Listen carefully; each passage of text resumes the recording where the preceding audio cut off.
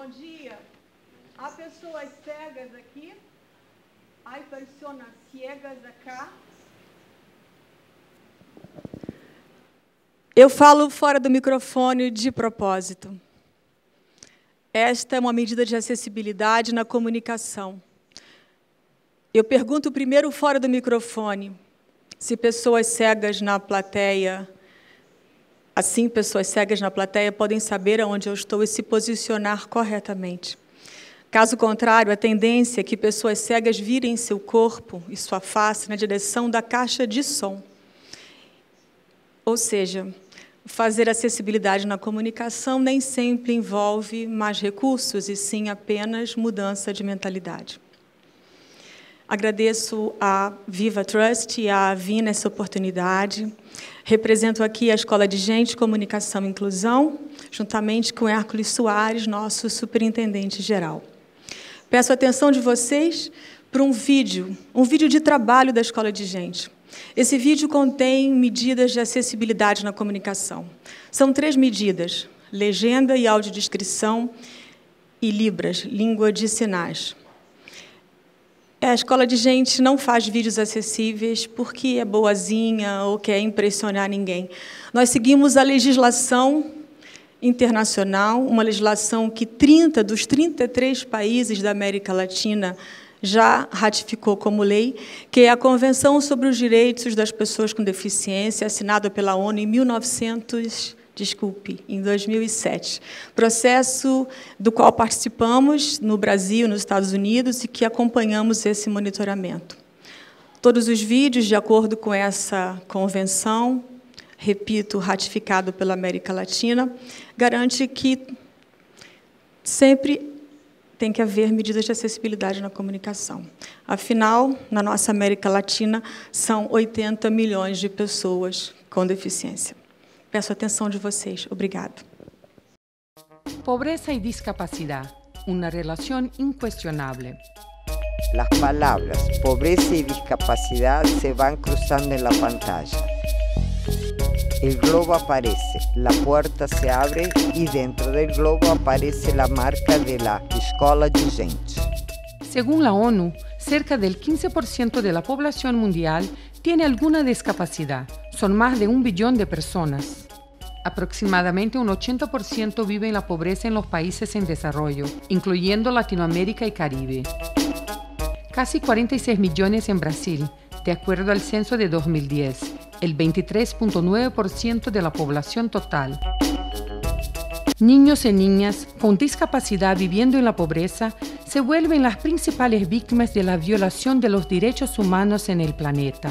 Son también las víctimas más comunes de desastres naturales, guerras civiles y conflictos armados. Viven en locales peligrosos sin agua, comida, acceso a la salud, educación, cultura, deporte, recreación y saneamiento, enfrentando riesgos diarios que agravan sus limitaciones. La tendencia es que se vuelvan más pobres. La Escola de Gente, Comunicação e Inclusão trabaja desde 2002 para revertir este cuadro. Idealizada por la periodista Claudia Werneck y creada por profesionales de comunicación, activistas y especialistas en inclusión, tiene como misión transformar políticas públicas en políticas públicas inclusivas para que personas con y sin discapacidad ejerzan sus derechos humanos desde la infancia. La Escola de Gente sigue la Convención sobre los Derechos de las Personas con Discapacidad, primer tratado internacional de derechos humanos que Brasil ratificó con valor constitucional como tantos otros países. Políticas públicas inclusivas son aquellas que no discriminan en razón de desigualdades y diferencias, como la discapacidad. Estudiantes usando auriculares. Políticas públicas inclusivas exigen presupuestos públicos inclusivos, con recursos para una amplia y diversificada oferta de accesibilidad física en la comunicación. Políticas públicas inclusivas perciben la diversidad humana como un valor, no como un problema. Hombre en silla de ruedas. Políticas públicas inclusivas encuentran soluciones simultáneas para quien es pobre y tiene discapacidad, sin beneficiar una situación en prejuicio de otra. Alumnos sordos en la clase. En sus 10 años, la Escola de Gente ya ha sensibilizado a más de 400.000 personas en Brasil y en 17 países de las Américas, de Europa y de África para la construcción de sociedades inclusivas, disponibilizando su vocación política y su capacidad técnica, defendiendo, creando y publicando metodologías y contenidos, actuando en consejos de derechos, medios de comunicación, comunidades y escuelas. En 2011, la Escola de Gente recibió la más alta condecoración del Estado brasileño, el Premio Derechos Humanos de la Presidencia de la República. La meta de la Escola de Gente es probar que atender a las necesidades específicas de personas con discapacidad nunca es un costo, sino una inversión sustentable e inaplazable. Con sus modos de vida, orientaciones sexuales, religiones, gusto por determinado deporte o música, personas con discapacidad tienen derecho al planeta. No son apenas visitas. Según la ONU, en los próximos 30 años, el número de personas con discapacidad aumentará en un 120% en los países en desarrollo y en un 40% en los países desarrollados. No hay desarrollo sin sustentabilidad. No hay vida sin sustentabilidad. No hay sustentabilidad sin accesibilidad. Escola de Gente. Diversidad es nuestra arte, las personas nuestras tintas. Reconhecendo o palco inicialmente. Para que seres humanos são as melhores práticas sociais da América Latina. Para seres humanos que de fato existem, ou para seres humanos que existem apenas no nosso desejo e pensamento. É verdade, nós gostaríamos que pessoas com deficiência não existissem, mas elas existem. Têm direito ao planeta, estão vivas, deveriam estar aqui, mas não estão. Pessoas com deficiência podem ou não ter valor social. Podem ser pessoas honestas ou não. Podem ser pessoas dispostas a trabalhar por uma sociedade inclusiva e sustentável ou não. O que importa é que estão aqui e que nós precisamos trabalhar com elas, inclusive responsabilizá-las, para que todos juntos possamos encontrar soluções que as gerações passadas e a atual ainda não encontraram. No ano de 1991, a ONU disponibilizou um novo conceito, assinou uma resolução depois de um grande encontro, do qual o Brasil não participou. E assim nasceu o conceito de sociedade inclusiva, que é muito simples. Ele diz basicamente que toda pessoa tem o direito de contribuir com seu talento para o bem comum. Isso é óbvio, mas quando nós imaginamos que também uma pessoa que tem como único movimento do seu corpo piscar os olhos, usa fraldas, tem mais de 20 anos, está numa maca, nós olhamos para ela e imaginar que ela, de fato, é mais do que um problema e, ao contrário, vai nos ajudar a resolver os demais problemas, nós não fomos educados e educadas para ter essa percepção. O que nos atrasa profundamente, causa dor, causa prejuízos de toda sorte. Para as pessoas com deficiência, apenas não. Para todos nós, porque, de fato, a inclusão é uma proposta sistêmica. Incluir não é colocar para fora, desculpe, para dentro quem está fora. Porque, nesse caso, nós acharíamos que dentro está ótimo e dentro não está bom, tanto que estamos todos aqui reunidos para mudar o dentro. Então, seria uma brincadeira achar que inclusão é colocar para dentro quem está fora. Inclusão é uma proposta sistêmica, revolucionária, de construirmos tudo novo, a partir da participação de seres que existem e não de seres que só existem no nosso desejo e no nosso pensamento. É com essa mentalidade que a Escola de Gente forma jovens. É com essa mentalidade que nós trabalhamos no nosso programa de Juventude pela Inclusão, que fortalece e amplia a força mobilizadora e ética da juventude por uma sociedade inclusiva e sustentável. Jovens que formam jovens estão em vários países do mundo, em vários estados, atuando de múltiplas e diferenciadas formas. O programa Juventude pela Inclusão, ele sempre existiu, na verdade, mas ele ganhou forma em 2008, com o apoio técnico e financeiro e a grande parceria da Fundação Avina, principalmente. Com isso, nós ampliamos muito o nosso impacto e hoje a Escola de Gente é reconhecida, embora tenha outras atividades, pela sua formação em juventude. Juventude que está nos conselhos, juventude que dá aula, juventude que está nos teatros, jovens formados pela Escola de Gente que são artistas de TV e, quando fazem entrevistas em grandes programas nacionais, falam de acessibilidade na inclusão e de deficiência de um modo que o interlocutor, jornalista famoso, nem sabe o que dizer porque nunca ouviu falar nisso. Jovens que estão nas comunidades, que são lideranças, que fortalecem as redes locais, que atuam em parceria com programas, por exemplo, governamentais de grande porte. Por quê? Porque eles sabem que é preciso se comunicar de forma acessível. Eles dominam esse conteúdo, eles dominam as metodologias e, mais do que tudo, eles sabem que não vão adiante sem considerar as pessoas com deficiência de sua geração. É isso ou nada. Cúmplice ou refém, cúmplice e refém. Assim eu me senti em 1990. Eu era chefe de reportagem da mais importante revista nacional sobre infância. E me achava muito competente, muito inteligente. Sabia tudo. Já havia recebido alguns prêmios, chegava em casa orgulhosa, crente que tinha feito sempre um grande serviço pela nação. Até que eu fiz uma reportagem sobre síndrome de Down, e essa reportagem sobre síndrome de Down mudou totalmente a minha vida, porque ela me mostrou algo terrível, ela me mostrou como eu era.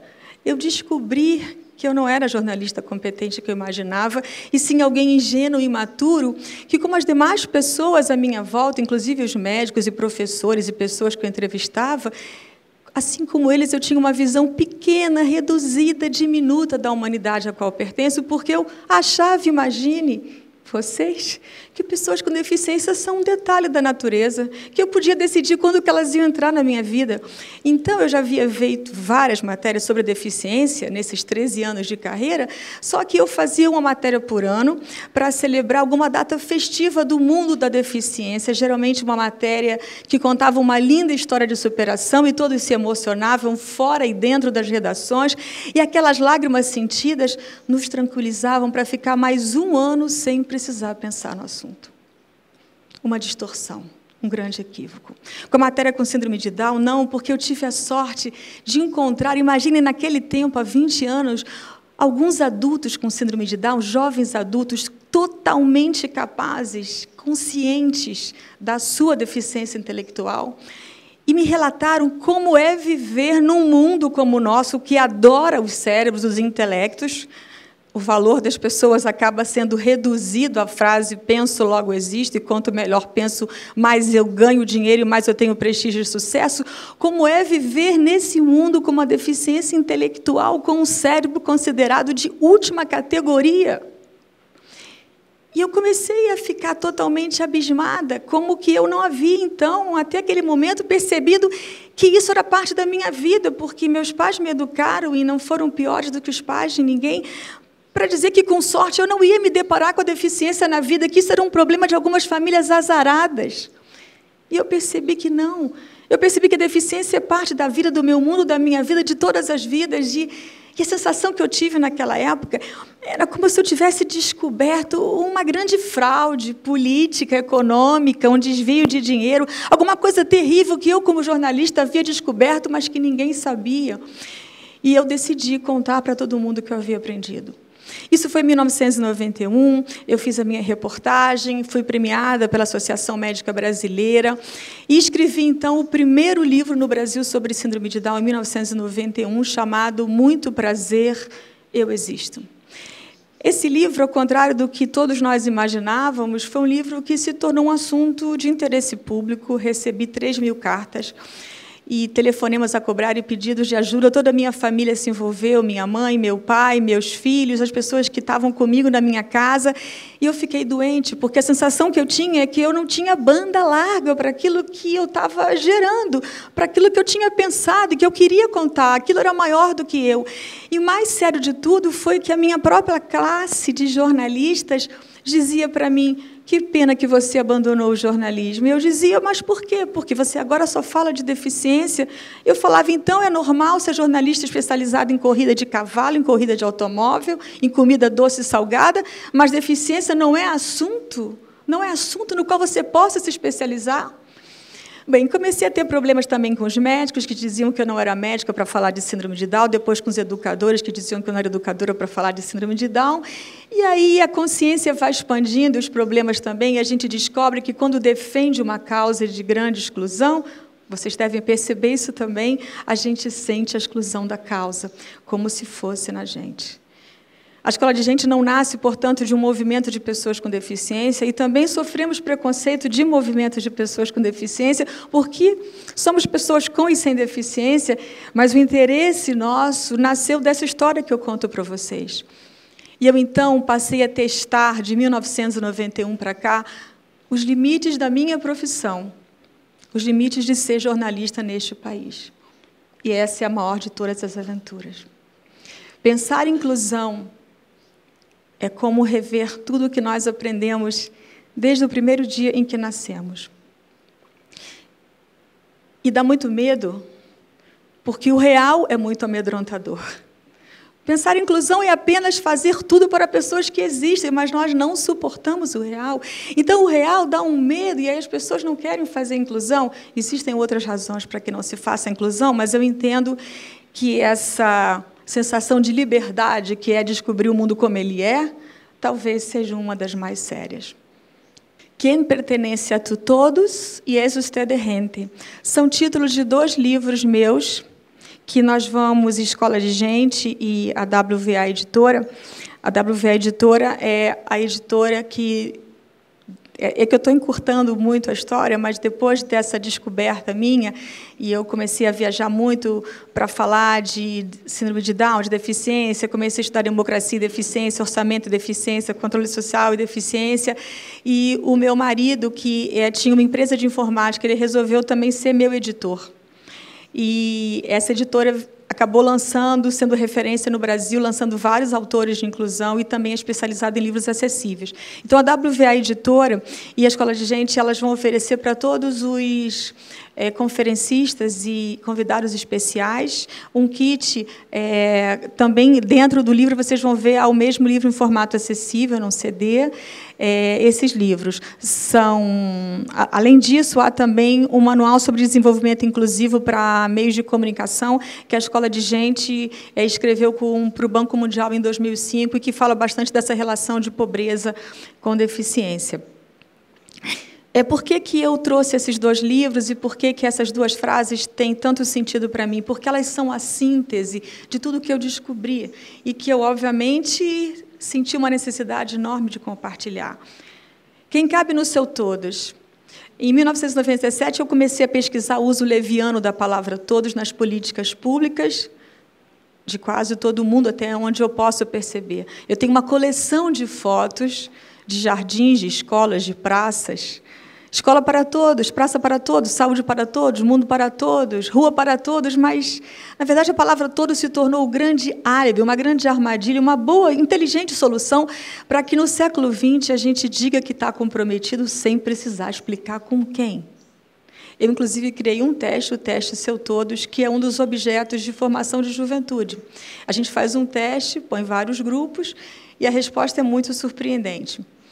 Infelizmente, não poderei brincar do teste aqui com vocês hoje. A palavra todos, então, ela nos propõe um movimento de expansão. Pensar em inclusão é olhar para as políticas públicas, necessariamente, para os orçamentos públicos e o que nós fazemos, porque uma pessoa do dia a dia pode dizer, não, eu quero que todo mundo vá ao cinema comigo. Também aquela pessoa que te bateu ontem, não, essa não. A pessoa usa a palavra todos e decide caso a caso. Nas políticas públicas, isso não é possível de fazer. Nós temos que planejar e elaborar as políticas e os orçamentos já pensando nas medidas de acessibilidade e de inclusão. A primeira proposta de pensar a inclusão é, assim como um grande acordeonista, uma proposta de expansão. Quem cabe no seu todos? Eu me abro e vejo o mundo. A segunda pergunta, és usted gente? É uma pergunta... É um segundo movimento mais individual, mais profundo, mais íntimo, que tem a ver com a ética do indivíduo com a sua própria espécie. A Escola de Gente não usa a expressão inclusão social, nem inclusão econômica, nem inclusão vegetal, ambiental, enfim, porque tudo é pouco, porque inclusão é o máximo.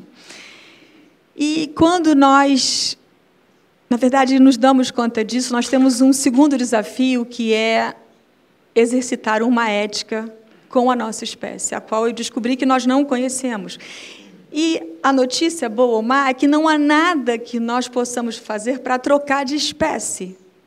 Nós não trocamos de espécie. Alguém que entra em coma e perde suas capacidades intelectuais, como os médicos dizem, não se transforma num vegetal, num beija-flor, num jacaré, numa pedra, ela continua sendo gente. Alguém que é muito inteligente também não vale mais como gente, continua sendo gente, não é uma super gente. Todas essas reflexões estão nesse livro, Es usted de gente, e que tem também a metodologia das oficinas inclusivas, que deram origem à Escola de Gente e que já foram premiadas em várias situações como muito inovadoras, para provocar o que eu mais queria provocar. O que eu queria era provocar impasses de comunicação, era juntar pessoas com e sem deficiência, colocá-las juntas e criar situações muito difíceis que elas tinham que resolver. E, basicamente, foi isso que a gente fez com o programa Juventude pela Inclusão. E com as oficinas da metodologia, inclusive, com tudo o que a gente faz. A gente cria impasses de comunicação, ensina comunicação acessível e encontra novas soluções que nunca foram testadas ainda. Um exemplo de que não há nada que a gente possa fazer para tirar o valor humano de alguém, nem acrescentar o valor humano de alguém, para alguém. Essa é uma foto que nós tiramos durante nossa oficina de teatro acessível.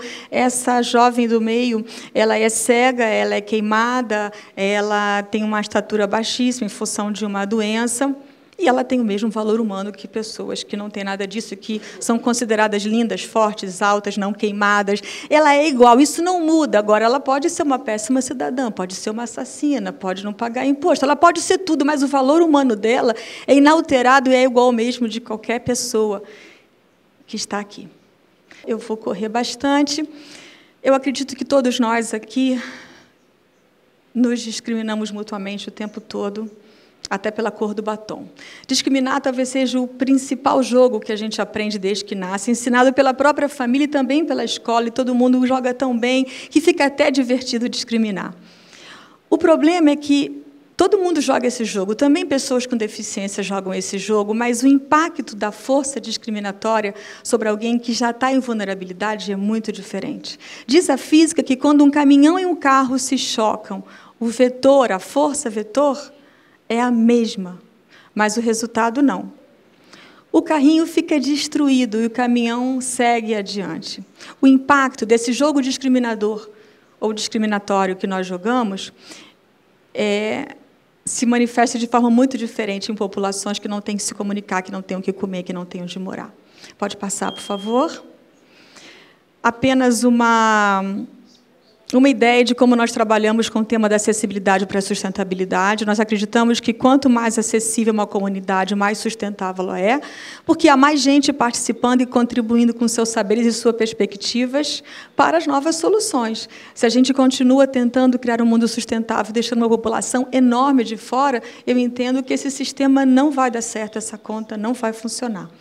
Algumas fotos, muito rapidamente, de apresentações de teatro. A Escola de Gente fez o primeiro teatro, o primeiro espetáculo teatral acessível do Brasil, fez o primeiro teatro acessível do Brasil para crianças, tudo com a crítica elogiando, são musicais, coisas, às vezes, tão bonitas como a Broadway, mas tudo com acessibilidade. Fazemos esses teatros, essa peça, tanto em grandes espetáculos, como em praças públicas, em palcos de chão, em barro, do mesmo modo e com todas as acessibilidades. Uma pessoa no nosso teatro com fone de audiodescrição pode rir em tempo real. Ontem, Hércules e eu estávamos comentando que nos sentimos como pessoas cegas sem fone de audiodescrição. Todo mundo riu de uma piada aqui e a gente não entendeu o espanhol. Descobriu que era engraçado pelos outros. O fone de audiodescrição faz com que o cego possa rir por ele, não a partir da risada que ele vê da pessoa que está ao lado. Uma criancinha cega, já com fone de audiodescrição, visita o cenário da nossa peça antes da peça começar. Isso também é uma medida de acessibilidade na comunicação para garantir a equiparação de oportunidades no acesso do direito à cultura. Isso na Rio +20, nós estivemos lá com a convite da Fundação Avina também, fizemos uma apresentação muito linda e no palco vocês podem ver de um lado a legenda e do outro lado o intérprete de Libras. O menino cego recebe seu programa em braille no nosso espetáculo e também o fone de audiodescrição. Espetáculos naturalmente abertos a toda a população. Escola de Gente jamais separa pessoas com deficiência, é o último. Intérpretes para pessoas que são surdas e cegas. Nós também temos, também levamos, também é lei. Então, a Libras é feita na mão da pessoa, a língua de sinais é feita na mão da pessoa. Cabine de audiodescrição. Uma curiosidade, a jovem que está de blusa vermelha, ela é cega, mas é ela que maneja a legenda que é utilizada por pessoas surdas. Todos jovens formados pelos nossos projetos. Transporte gratuito, programa em letra ampliada, pode passar. A última pergunta, que para mim é de extrema importância, que é a que eu me faço todos os dias e gostaria também que vocês se interessassem por ela. Hoje nós sabemos quanto custa discriminar pessoas com deficiência. São os orçamentos que temos, de livros em um só formato, de vídeos sem acessibilidade, de eventos sem acessibilidade. Nós sabemos exatamente quanto custa impedir que pessoas com deficiência participem de todos os espaços. O grande desafio que eu coloco para vocês é quanto custa não discriminar. Nós precisamos descobrir isso e fazer orçamentos de não discriminação. E não apenas em relação a pessoas com deficiência, mas imagino que cada pessoa que possa contribuir para a criação de orçamentos universais de não discriminação a grupos por qualquer razão em situação de vulnerabilidade. Obrigada.